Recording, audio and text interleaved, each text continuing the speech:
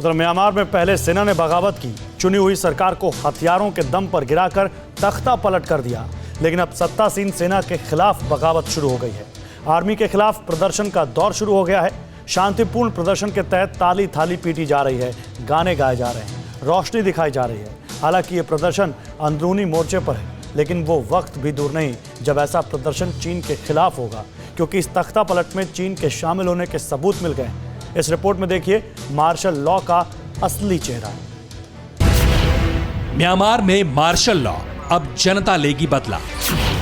सेना के खिलाफ बगावत, आ गया बदलाव का वक्त। इतिहास दोहराया जाएगा, लोकतंत्र वापस आएगा। तख्ता पलट, चीन का हाथ, रिपोर्ट प्रमाण के साथ। म्यांमार में चुनी हुई सरकार के खिलाफ सेना की बगावत। एक दशक बाद फिर तख्ता पलट हुआ, मार्शल लॉ लागू हुआ, लेकिन अब इतिहास दोहराया जा रहा है। जनता ने भी सेना के खिलाफ ठीक वैसी ही बगावत कर दी है जैसी 5 दशक के सैन्य शासनकाल में दिखाई दी थी। म्यांमार की जनता का थाली बजाना एक ऐसा संकेत है जो म्यांमार की सत्तासीन सेना के लिए बाहरी दुनिया से बड़ी मुसीबत साबित होने वाली है। इतिहास में सैन्य बंदी के अनुभव के बावजूद लोकतांत्रिक इतिहास में सेना के काफिले को इस कदर विरोध शायद ही झेलना पड़ा हो, लेकिन जैसे ही मार्शल लॉ लगा, वो घाव फिर से हरे हुए जो अभी सूखे भी नहीं थे और गुस्सा उबलने लगा। मोबाइल फोन की लाइट जलाकर सत्ता के लिए अंधी हुई सेना को विश्व की तस्वीर दिखाने की कोशिश हो रही है।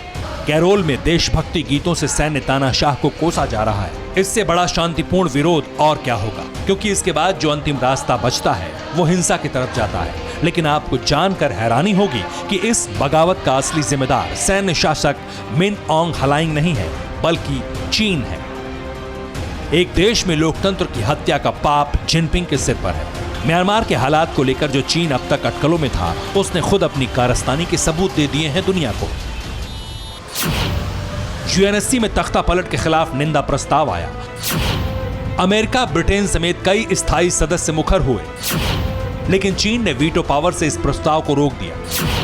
यूएनएससी में चीन ने म्यांमार सेना का खुला समर्थन किया, उस सेना का जिसने आंग सान सू की समेत सैकड़ों सांसदों को गिरफ्तार कर सत्ता हथिया ली, उस सेना का जिसने देश में 1 साल के लिए आपातकाल का ऐलान कर दिया। और हैरान करने वाली बात यह है कि इसके पीछे चीन ने जो तर्क दिए वो उसके अपने हित से जुड़े थे। चीन के मुताबिक सेना और सरकार के बीच अनुकूल माहौल नहीं था।